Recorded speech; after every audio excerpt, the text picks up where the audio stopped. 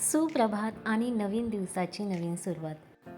गावी मस्त असं पाटाला पाणी आलं होतं. जानेवारी ते मे या दरम्यान 2 वेळा तरी पाटाला पाणी येतं आमच्या इकडे.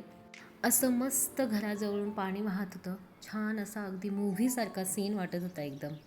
खळखळ वाहणाऱ्या पाण्याचा तो मंजूळ आवाज आणि शांत वाहणारं पाणी पाहून माझाही काही मोह आवरला नाही पाण्यात जाण्याचा.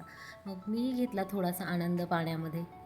आणि असं उन्हाळ्यामध्ये पाटाला पाणी आलं की बरीचशी कामं होतात हां. चादरी गोधड्या धुणं म्हणजे अगदी ताकदीचं काम आहे. मग अशा मोकळ्या पाण्यात हा उपक्रम राबवला जातो दरवर्षी आमच्या इथे चादरी वगैरे धुण्याचा. आणि चादरी कपडे गोधड्या छान निघतात या पाण्यामध्ये. मस्त चादरी गोधड्या धुण्याचा प्रोग्राम चालू होता आणि पोरं काय मागे राहणार नव्हती. 2 ते 4 दिवस चालतं हे पाणी छान मोकळं.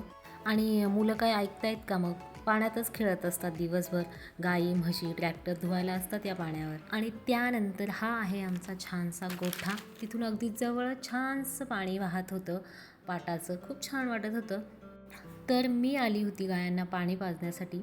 घरी कधी कुणी नसेल तर एखाद्या वेळेस माझ्यावरती नंबर येतो गायांना पाणी पाजण्याचा किंवा शेण टाकण्याचा. खूप मोठाही नाही आणि खूप छोटाही नाही असा मीडियम आमचा गोठा आहे गायांचा छान. कुटीची मशीन आहे तिथे गायांना पिण्यासाठी पाणी वगैरे ड्रम वगैरे सगळं तिथे आहे जवळपास. पहिले बऱ्यापैकी गाया म्हशी वगैरे होत्या पण आता बरंचसं कमी केलं आहे. आणि कसं आहे जसं माणूस माणसाची ओळख ठेवतो तशी ही मोकळी जनावरेसुद्धा माणसांना बऱ्यापैकी चांगलं ओळखतात. पहिले गायांतेन ओळख नसल्यामुळे मला जास्ती असं जवळ येऊ देत नव्हत्या पण आता बऱ्यापैकी चांगली ओळख झाली एवढ्या दिवसांमध्ये. मग कधीतरी गेले तरीही त्या ओळखतात. इव्हन त्या शिवांशलाही खूप चांगल्या प्रकारे ओळखतात. शिवांश पण अगदी जवळ जाऊन त्यांना खायला वगैरे टाकत असतो. खरंच माणसांपेक्षाही मुके जीव जीव लावला तर चांगली ओळख ठेवतात माणसांची असं म्हणायला काहीही हरकत नाही. कधी असं गावी गेली तर आवडीने जाते मी शेण टाकायला गायांना पाणी वगैरे पाजायला. रोज रोज असेल तर मे बी कंटाळा येईल कारण रोज रोज तेच करायचं म्हटल्यानंतर कंटाळा येतो. पण कधीतरी असलं का मग छान वाटतं. मग छान असं गायांना पाणी वगैरे पाजलं मी आणि आता एवढी काही भीती वाटत नाही त्यामुळे बऱ्यापैकी जवळ जाते मी. मग काय थोडंफार शेण होतं तेही मागे ओढून ठेवलं. शेतीला जोडधंदा गोठा हा एक खूप छान ऑप्शन आहे पण त्याच्यासाठी तेवढा वेळही द्यावा लागतो.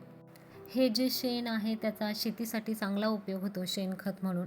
आणि त्याचबरोबर दूध हा एक डेअरी वगैरे हा एक चांगलाच ऑप्शन आहे.